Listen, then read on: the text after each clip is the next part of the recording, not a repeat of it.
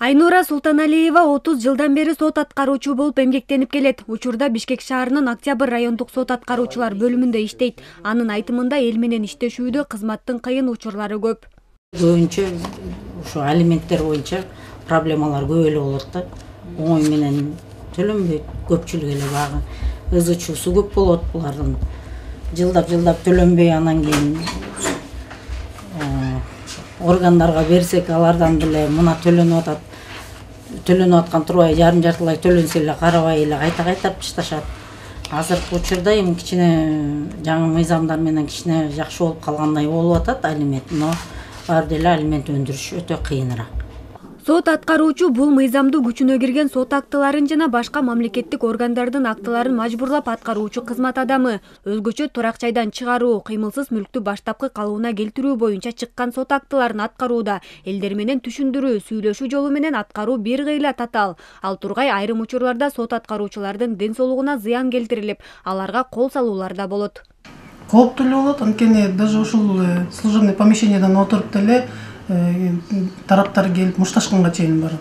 Баягы күнү келип мени прям тээп эле кадимкидей мушташып эле эч кимге карабай, эчтеке карабай кабинетте жалгыз болгонуман пайдаланып кетишти да.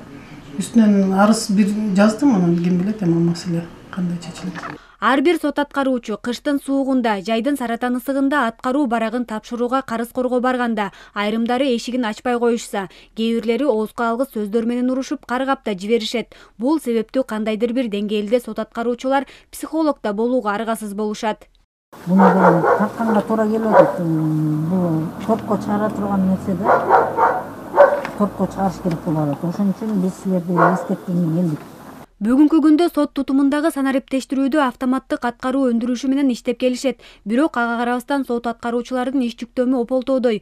Көпчүлүк учурда дем алыш күндөрү да иштөөгө туура келет. Анткени иштин көлөмү күн сайын өсүп, сот аткаруучулардын үстүнөн жазылган арыздар менен алек болуп, жооп берүүгө, соттошууга да көп убакыттары кетет. Тараптар түшүнбөй бизге келип алып эле өздөрүнүн укуктары тебеленип атат деп бизден болгон эмоцияны бизден чыгарат да.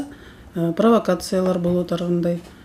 Жумуштун нагрузкасы көп болгондуктан эртең мененки 7:30 баштап 8:30-9 чейин иштейбиз күндө. Мамлекет сот тутумуна кам көрүүдө. Өткөн жылы сот аткаруучуларга биринчи жолу 47 кызматтык унаа тапшырылган. Ага мамлекеттик бюджеттен 92 миллион сомдон ашык акча сарпталган. Республика боюнча бүгүнкү күндө жалпысынан 380 сот аткаруучу эмгектенет.